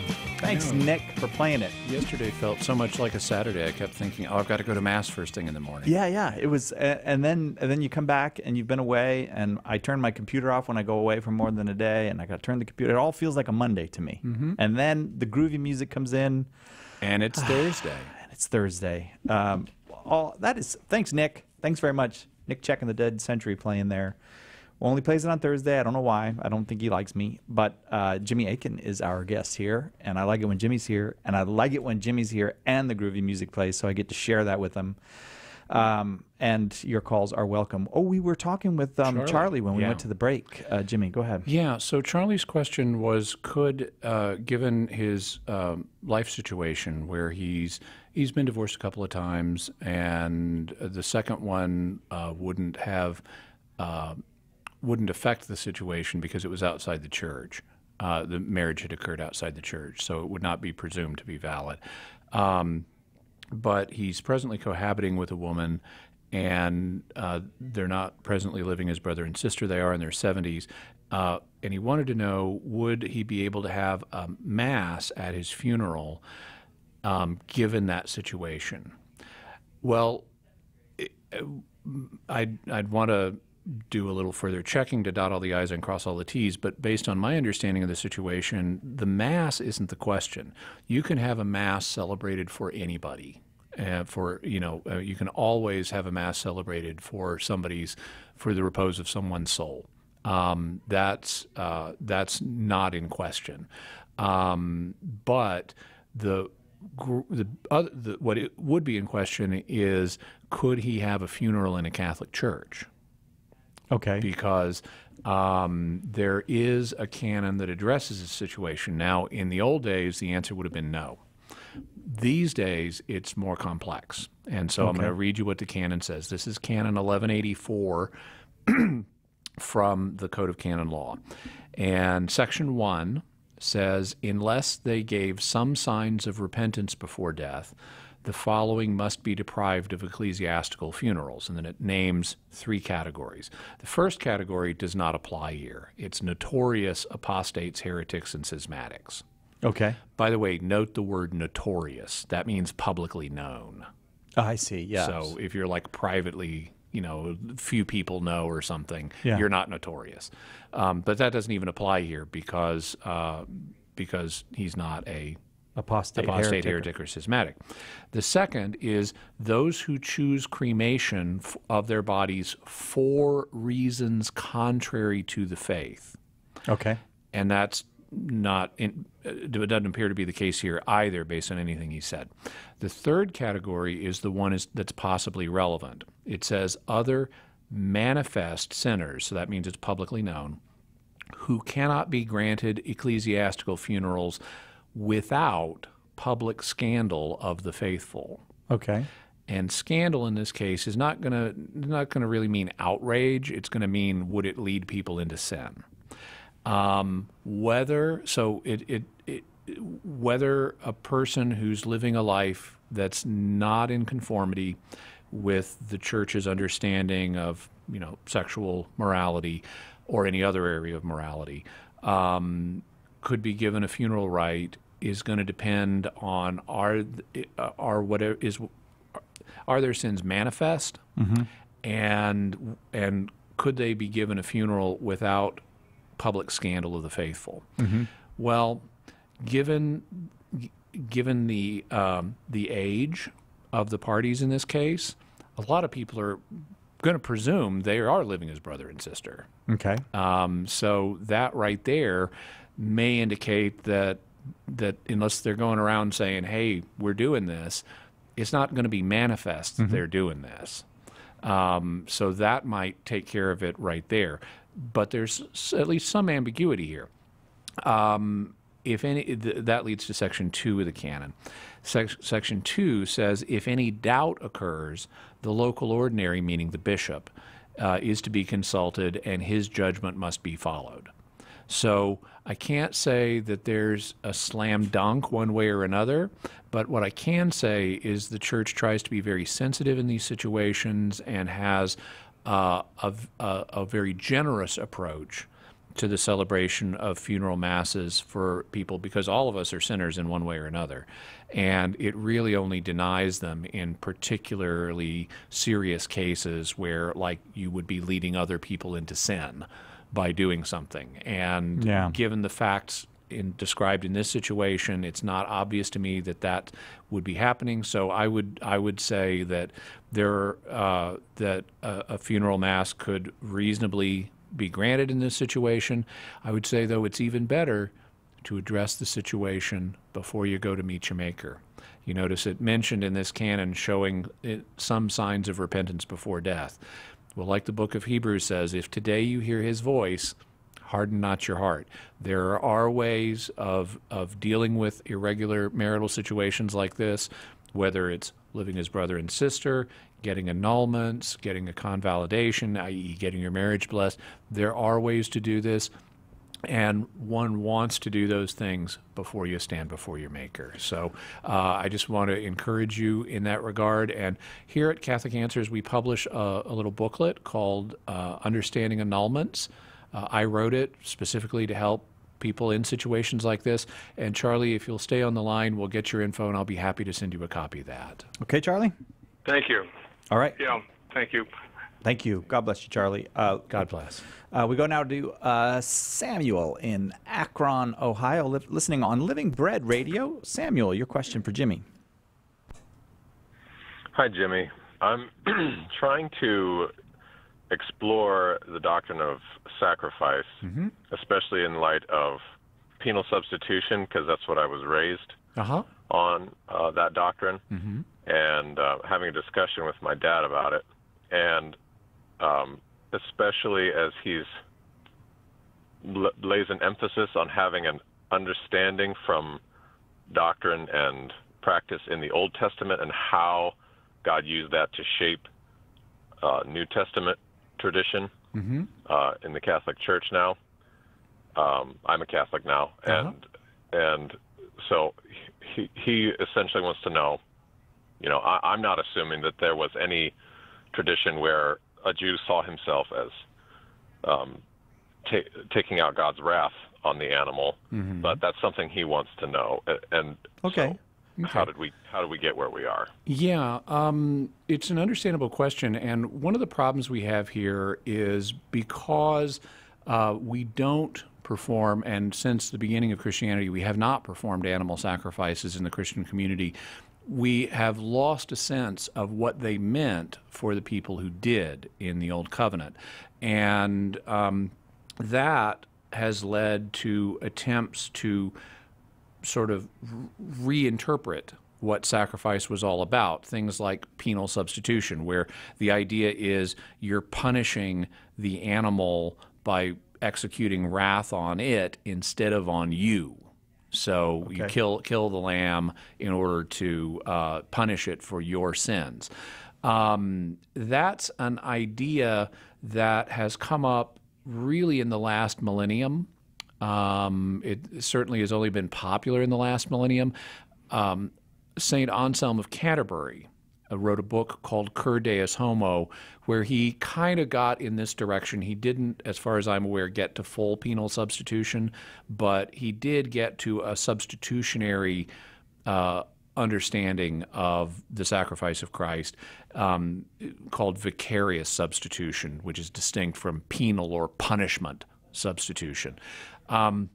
Just the other day, I was reading a book by Cardinal Avery Dulles where he was pointing out the recency of these concepts and how, you know, this language, when we use it today, is actually kind of being projected back on the biblical concept of sacrifice. That back then people really didn't think of it that way. Mm-hmm. And what I often point out in talking about these is I think it's helpful to take a step back and look at the concept of sacrifice in general, because sacrifices don't just occur in the Old Testament. They occur in one form or another all over the world in all kinds of different religions. Now, what you're sacrificing may be a little different in one context, from one context to another.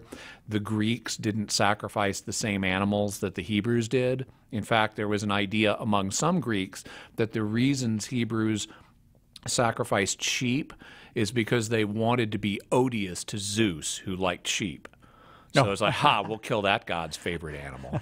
Now, that was nonsense, but that's what some of them thought. Yeah. So it illustrates how what you might sacrifice or the rites you used in making a sacrifice could be different from one place to another. But if you think about it, sacrifice occurs all over the world, so it's part of human nature.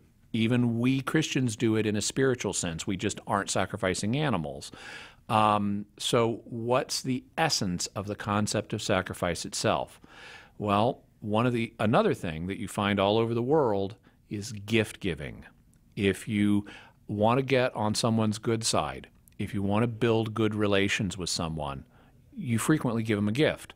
This is something that happens when you have dignitaries meet each other today, like when a politician from another country visits the White House, they'll bring the president a gift as a sign of respect.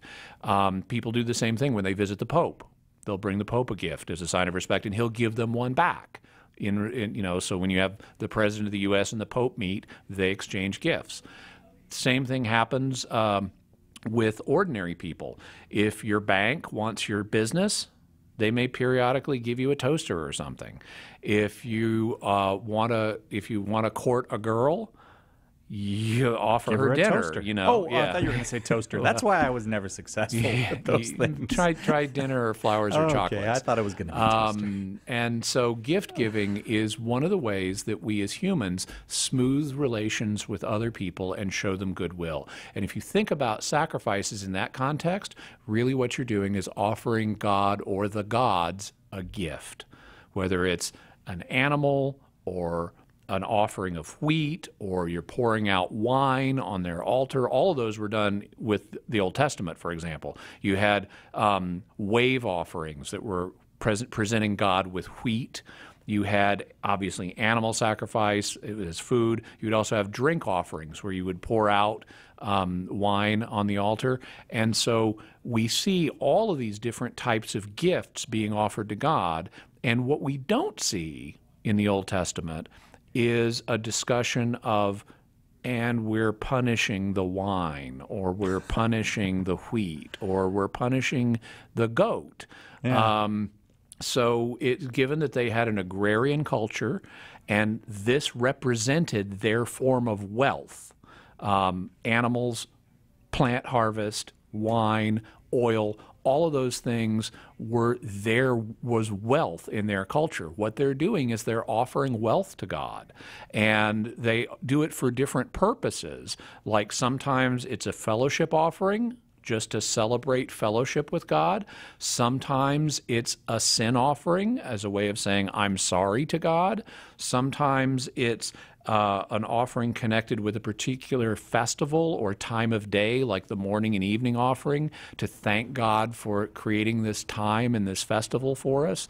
So you have all of these different types of offerings, all these different purposes, and they each required a different type of gift to be given. But basically, what's happening is giving gifts. The only time where you have anything kind of like a punishment happening is the scapegoat sacrifice, where you have two goats, one of them, and you impose hands on them and confess the sins of the people, and one of them goes off to into the wilderness and another gets killed. But even that doesn't necessitate the idea of we're punishing these goats on God's behalf. We're just indicating why we're doing this by confessing the sins of the people, and then we're doing this ceremony as a way of offering God this sacrifice. But even that doesn't require the punishment idea. And so I think we have to be really careful, since since it's impossible for God to literally punish, to justly literally punish an infinitely holy and innocent person. Yeah. Then any such language has to be understood in a metaphorical way. And we'll leave it there, Samuel, because we got to go to a quick break. We'll be right back with more Open Forum with Jimmy Akin right after this on Catholic Answers Live. We're here for you. Call now. Catholic Answers Live. Hey everyone, this is Carlo Broussard, and I'm here to tell you about a very special promotion we look forward to every year, our annual store-wide summer sale in the online shop at Catholic.com. This spectacular online event includes savings of 10 to 25% and more in some cases on every book, tract, CD, DVD, ebook, and MP3 we carry, including my new book, Prepare the Way. With lower prices and a great selection, it's by far the best online Catholic sale of the summer. So log on now and all this month to the shop at shop.catholic.com and take advantage of our very special prices. You know it's all good stuff because it's from the people you know and trust at Catholic Answers. A lot of people think that street evangelization involves yelling out of a bullhorn telling people that they're going to hell. Not so with St. Paul's Street Evangelization. Our methods are non-confrontational and effective. We simply offer information on the Catholic faith along with rosaries, miraculous medals, and prayer. Pope Francis wrote about how beautiful it is to see street preachers joyfully bringing Jesus to every corner of the earth. Street evangelization is fun and fruitful. Join us today at streetevangelization.com. Are you a coffee drinker? If so, you can now enjoy a coffee roasted to perfection by the Carmelite monks of Wyoming. Delicious Mystic Monk coffee is roasted and prepared by monks in a hidden cloistered monastery and is available in over 25 varieties. All Mystic Monk coffees are works of perfection and labors of love. For more information on how to purchase Mystic Monk coffee, visit mysticmonkcoffee.com. That's mysticmonkcoffee.com. The Trump administration rolls back the Health and Human Services contraceptive mandate. U.S. bishops calling for the total elimination of nuclear weapons. Pope Francis offers prayers for the victims of the California wildfires. The U.S. House of Representatives has passed a bill banning abortions after 20 weeks. And Pope Francis says the death penalty is contrary to the gospel. Your link to news headlines Catholics count on at the top of the hour. Weekdays on EWTN Radio. Call now with your question. 888-318-7884. This is Catholic Answers Live. Welcome back to Catholic Answers Live, Open Forum. Jimmy Akin, our guest this hour, and Jimmy's book, among his many other books, Daily Defense, 365 Days to becoming a better apologist. Actually, probably all of Jimmy's books are on sale because there's a big summer sale going on at shop.catholic.com. Except the one that's not on sale at all yet. Oh, that's the new one before Christmas. The new one coming out before Christmas. Teaching with Authority. Teaching with Authority. But don't look for it yet. It's still in the editing phase. But everything else that we got on sale, everything else we've got of Jimmy's is on sale because it's all on sale over there at shop.catholic.com. 10, 25, even more % off. Just go to shop.catholic.com and shop because you don't need a promo code or anything. It's all marked down. Let's go now to Giuseppe in the UK, which is also called the United Kingdom. Are you aware of that? I believe that's what UK stands for. Oh, if and I'm not I mistaken. believe they also have a new princess there or something, or a duchess, or I'm not sure what she is, but you haven't heard about this? No, you're referring to the royal wedding, but I haven't really followed that. Not a big follower of the British royalty? Of the royals. My wife was. Was she? Yeah, she was big into that, but not as much. I'm good to know who the current monarch is. Elizabeth, yeah, Queen Elizabeth. The second, yeah. Right. Giuseppe, you're on with Jimmy. Your question, please. Hello, Jimmy. A pleasure as always. Likewise. I understand the new princess is one of your fellow country people. Oh, yes, that's right. She's an American? Yeah, she's an American. Right. Oh, wow, didn't know that. For what it's worth, also, I have very little idea of the president of the U.S.'s family, too. I just know who the current president is. You're not watching Entertainment Tonight, apparently. I am not. Okay, Giuseppe, sorry we interrupted you. Your question, go ahead. Not at all, not at all. It's okay. It's just I was thinking about the using of the pattern during the Blessed Sacrament. Uh-huh. And I don't understand why some churches use it, and some churches, as in, some use it, some don't. But I was reading the official Vatican document, Redemptione Sacramentum. Mm-hmm. I think it's chapter 4, section 4, or paragraph 4, section 4, paragraph 4, whatever. Paragraph 2, section 93, where the pattern should be used.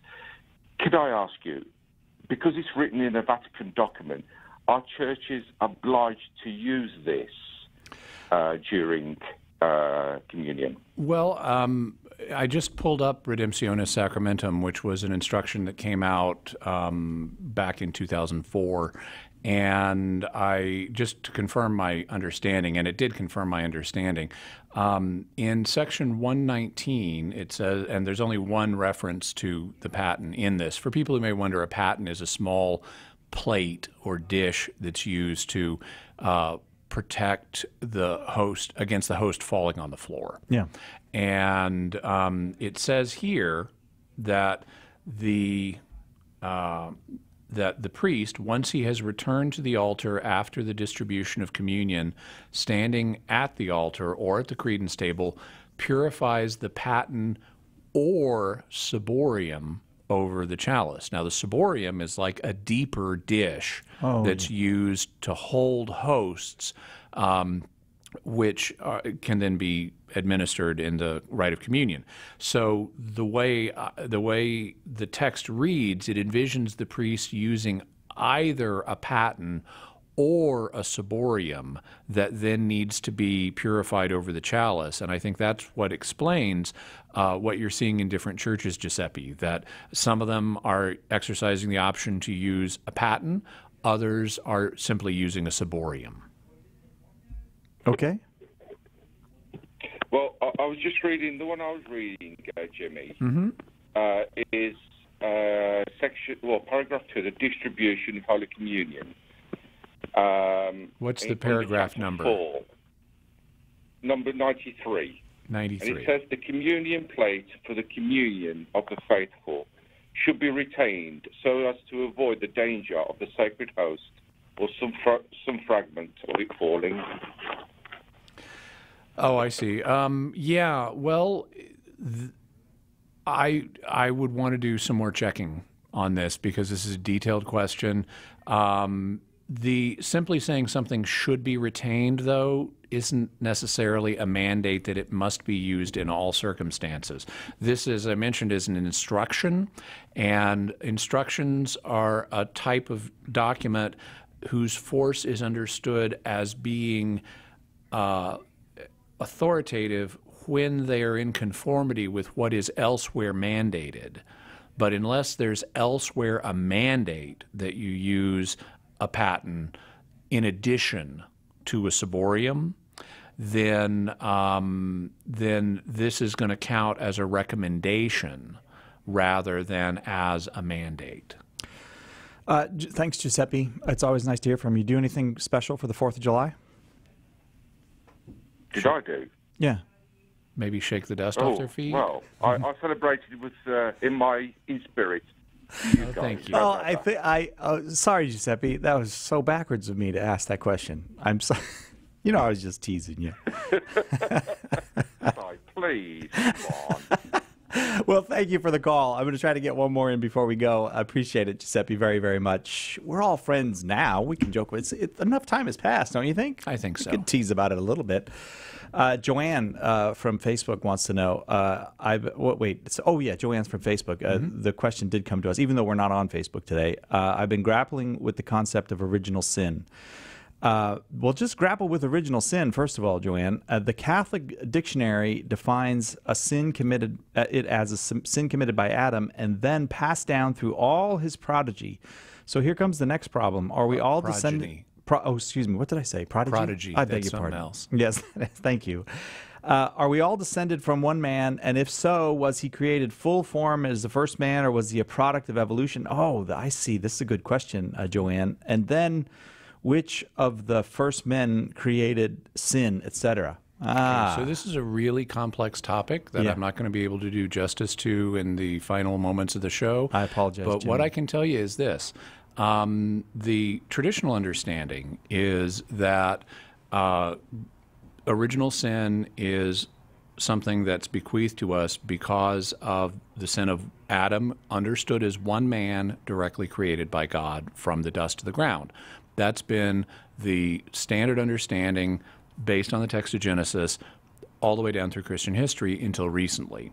However, various findings in paleontology and biology have indicated that a new look was needed at the early text of Genesis to reevaluate, have we been understanding this the right way?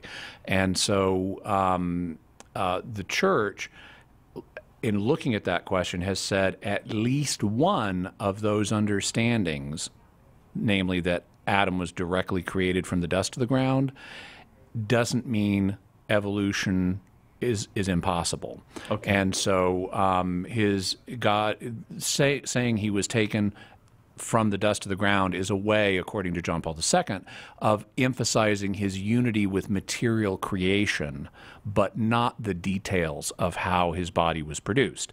And so, so consequently, it is widely held today by Orthodox Catholic theologians that God used evolution to produce the bodies of our first parents.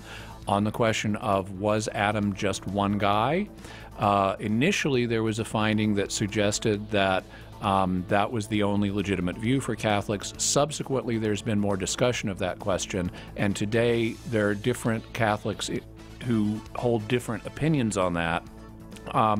There was a document that came out in 2004 that was open to the idea of it being a population rather than a single person. But however that happened, our first parents committed some kind of horrendous fault at the beginning of history that has resulted in us having original sin. And Jesus came to save us from it. Joanne, thanks very much for that question. Jimmy, thank you for 2 fine hours plus 15 minutes pre-show online. My pleasure. And ours too. I don't remember now what we're doing tomorrow, but it's going to be a great big giant Friday fun show. We'll see you then, God willing, on Catholic Answers Live.